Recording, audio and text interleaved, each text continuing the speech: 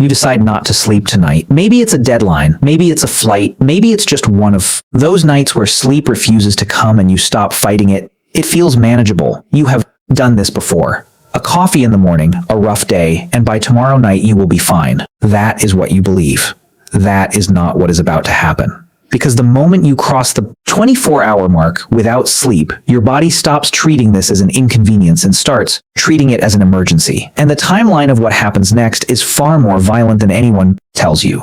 Most people think sleep deprivation just means tired, a little foggy, a little slow. That is the marketing version of what is actually a controlled biological collapse. Your brain does not have a backup generator for consciousness. Every system you rely on to function, attention, memory, emotional regulation, basic motor coordination, depends on a maintenance cycle that only happens during sleep. Skip that cycle and you are not running on empty. You are running on damage. Here is what happens, hour by hour, when you stop sleeping. At the 16-hour mark, the point most people hit by early evening on a normal day, your cognitive performance is already measurably declining. Reaction time slows. Decision-making gets worse. You will not notice this happening to you. That is the part that should concern you. The brain that is impaired is the same brain judging whether it is impaired, and it consistently tells you that you are fine. By 20 hours awake, your cognitive function has degraded to a level comparable to having a blood alcohol concentration of 0.08%.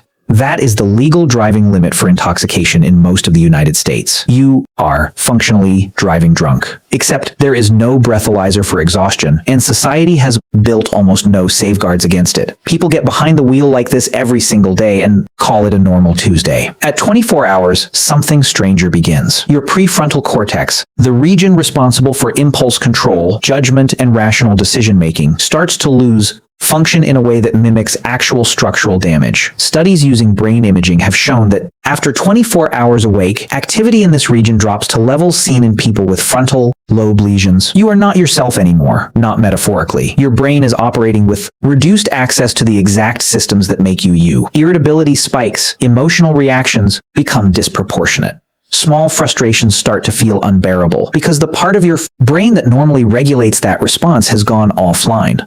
By 36 hours, your immune system begins to falter. Inflammatory markers in your blood rise sharply. Cortisol, the stress hormone, climbs and stays elevated, which over time suppresses immune function and leaves you more vulnerable to illness. Your body has started to treat sleeplessness itself as a threat and is mounting a stress response against the thing you are doing to it. At this point, something called microsleep begins to appear. These are involuntary lapses into sleep lasting only 1 to 30 seconds, during which your brain essentially shuts off without your permission. Your eyes may stay open. You may continue performing a simple task, but for those seconds, you are unconscious, and you will have no memory of it happening. This is one of the leading causes of fatal car accidents. A driver experiencing microsleep at highway speed, awake 1 second and gone the next, with no awareness that anything happened at all. At 48 hours, your perception of reality itself starts to bend. Sleep deprivation at this stage has been shown to cause depersonalization, a sense of detachment from your own body and surroundings, as if you are watching yourself from slightly outside. Some people begin experiencing visual distortions. Walls appear to breathe. Shadows move at the edge of vision. This is not yet a full hallucination, but the brain is beginning to lose its grip on the boundary between internal processing and external reality.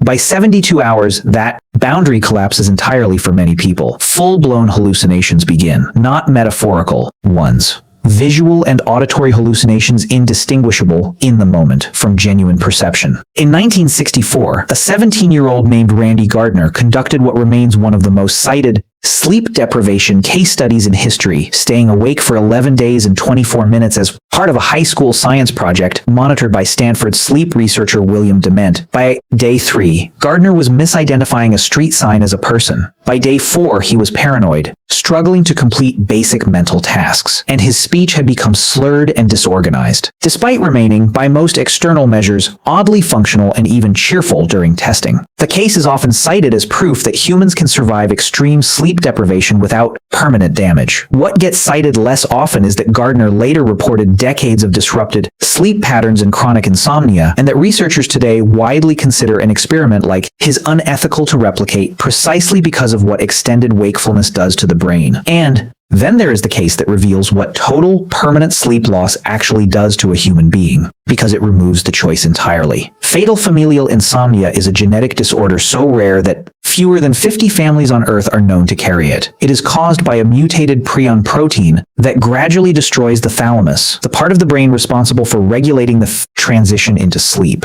The disease typically begins in mid-adulthood. At first, the person simply struggles to fall asleep. Then they cannot fall asleep at all. Not for one night.